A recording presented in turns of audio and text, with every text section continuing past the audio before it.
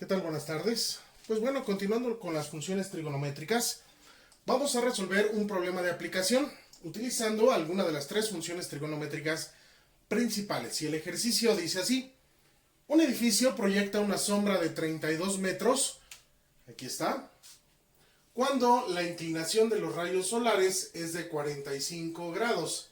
Aquí viene la proyección de los rayos solares y forman con respecto a la horizontal un ángulo de 45 grados. La pregunta es, ¿cuál es la altura del edificio? Es decir, este valor, que en este caso sería la altura de este triángulo rectángulo.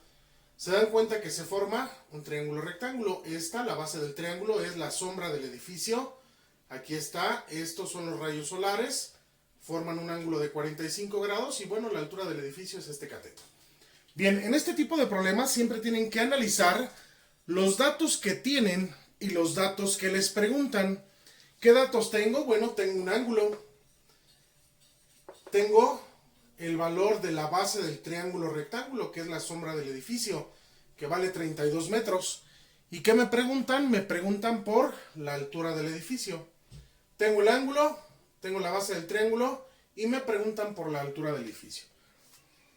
Bueno, como entonces es un triángulo rectángulo y mi ángulo de referencia es el ángulo que me están dando, que es de 45 grados, entonces el lado que está enfrente al ángulo se va a llamar cateto opuesto. Recuerdan que el que está enfrente es el cateto opuesto, su nombre lo dice, está opuesto al ángulo. Y el que está junto o pegado al ángulo le vamos a llamar cateto adyacente. Y este será mi hipotenusa. Bueno, pero entonces, ¿qué datos tengo? Ángulo, cateto adyacente y me piden cateto opuesto. ¿Qué función trigonométrica va a involucrar al que me piden y al que me dan? Al cateto opuesto y al cateto adyacente. Incluso voy a borrar la hipotenusa para que no los confunda. Me piden cateto opuesto, me dan cateto adyacente. ¿Se dan cuenta que la función que encerré es la que voy a utilizar? Porque es la que involucra al que quiero conocer y al que me dan. ¿Y cuánto va a valer el ángulo A? 45 grados, que le puedo poner incluso que este es mi ángulo A. ¿Se dan cuenta? Y bueno, ahora sí, vamos a darle solución. Muy bien. Ponemos tangente del ángulo A es igual al cateto opuesto entre el cateto adyacente. ¿Cuánto vale el ángulo A? Me lo dio el problema. 45 grados. ¿Cuánto vale el cateto opuesto? X. ¿Cuánto vale el cateto adyacente? 32. Y bueno, es una ecuación de primer grado, se dan cuenta, hay que despejar el valor de X. Si este término está dividiendo, ¿cómo lo voy a pasar del otro lado? Multiplicando.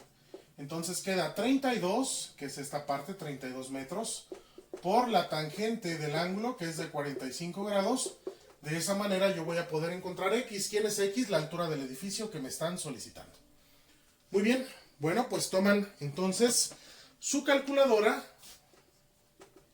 y realizamos la multiplicación.